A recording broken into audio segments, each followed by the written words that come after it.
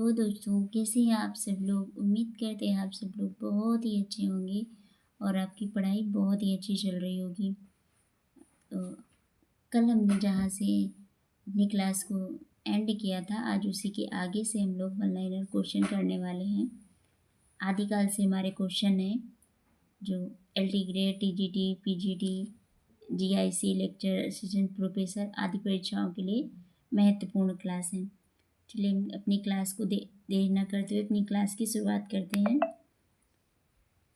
मंजिल उन्हीं को मिलती है जिनके सपनों में जान होती है। पंखों से कुछ नहीं होता, हौसलों से उड़ान होती है। चलिए अपनी क्लास की शुरुआत करते हैं। आदि काल के क्वेश्चन है वन लाइनर। सर्वप्रथम किसने उत्तर अपभ्रंश को पुरानी हिंदी कहा है? उत्तर अपभ्रंश को पुरानी हिंदी किसने कहा है? चंद्र शर्मा गुलेरी जी ने। हिंदी के आरंभिक रूप को अवहट किसने कहा है? हिंदी के आरंभिक रूप को अवहट भोलाशंकर व्यास जी ने कहा है। शिव सिंह सेंगर ने हिंदी का प्रथम कवि किसे माना है? पुसिया पुंड को माना है। और इनका सन कौन सा है? 7वीं सदी के थे। अगला पॉइंट है हमारा, राहुल सांकृत्यायन ने हिंदी का प्रथम कवि किसे माना है?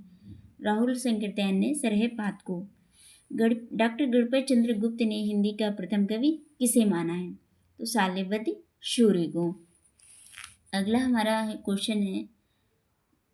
पॉइंट है, डॉक्टर रामकुमार वर्मा ने हिंदी का प्रथम कवि किसे माना है? तो स्वयंभू को माना है। जो रामकुमार वर्मा हैं उन्होंने स्वयंभू को माना है। डॉक्टर रामकुमार वर्मा ने अपभ्रंश का प्रथम कवि किसे माना है? तो स्वयंभू को ही माना है इन्होंने। सर्वमत से विद्वानों ने हिंदी का प्रथम कवि किसे माना है? तो सर्वमत से विद्वानों ने सरहपाद को माना है। सिद्ध सरहपा को ही प्रथम कवि माना है। अगला है, हजारी प्रसाद द्विवेदी ने हिंदी का प्रथम कवि किसे माना है? तो अब्दुल रहमान को माना है। शुक्ल जी ने पुरानी हिंदी को क्या कहा है? शुक्ल जी ने पुरानी हिंदी को क्या कहा है? प्राकृताभास हिंदी या अपभ्रंश दोनों कहा है। प्राकृताभास या अपभ्रंश दोनों भी कहा है। अगला पॉइंट है हमारा, गृहर्षण ने आदिकाल की अंतिम सीमा मानी है। तो 1400 ईस्वी तक इन्होंने अंतिम सीमा अपनी मानी है। आचार्य शुक्ल ने आदिकाल की अंतिम सीमा क्या मानी है? आचार्य शुक्ल ने 1318 ईस्वी तक माना है।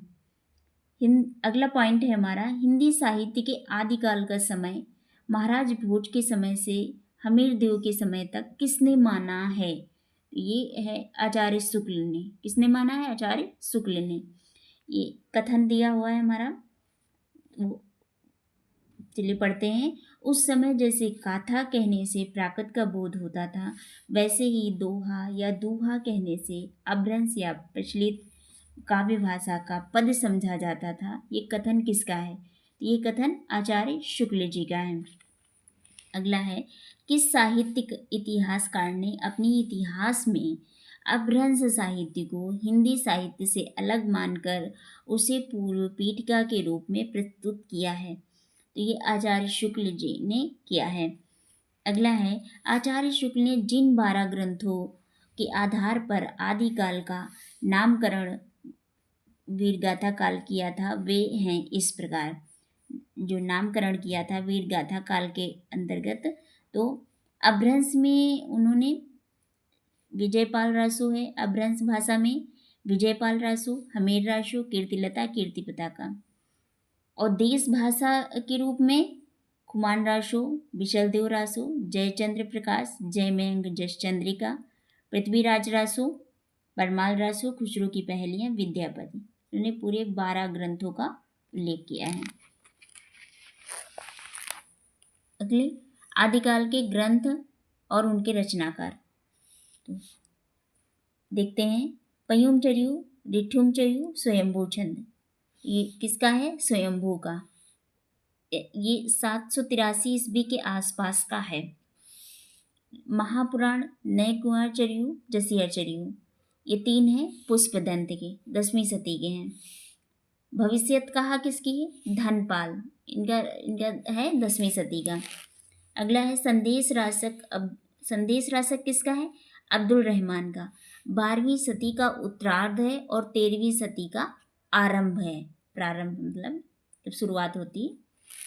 अगला है उपदेश रसायन रास, जिन दत्त किसका है उपदेश रसायन? जिन दत्त सूरी का, 12वीं शती का।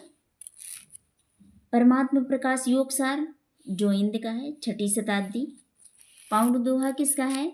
राम सिंह, इनका समय काल है 11वीं शती। अगला पॉइंट है आचार्य शुक्ल ने अपनी इतिहास ग्रंथ में सिद्धों, जैनों एवं नाथों की रचनाओं को किसके अंतर्गत रखा है? तो ये अभ्रंश काव्य के अंतर्गत रखा है। अगला है आचार्य शुक्ल के अनुसार अभ्रंश नाम पहले पहल कहाँ मिलता था? जो आचार्य शुक्ल के अनुसार अभ्रंश नाम पहले पहल कहाँ मिलता था? तो ये बल्भी के राजा धारसेन द्वितीय के शिलालेख में मिलता था। अगला है पॉइंट हमारा है प्राकृत प्रकाश ग्रंथ के रचयिता कौन है? तो प्राकृत प्रकाश ग्रंथ के रचयिता वरिरुचि हैं। अगर आपको हमारी क्लास अच्छी लगे तो लाइक करें, कमेंट करें, शेयर करें और चैनल को सब्सक्राइब करें। धन्यवाद।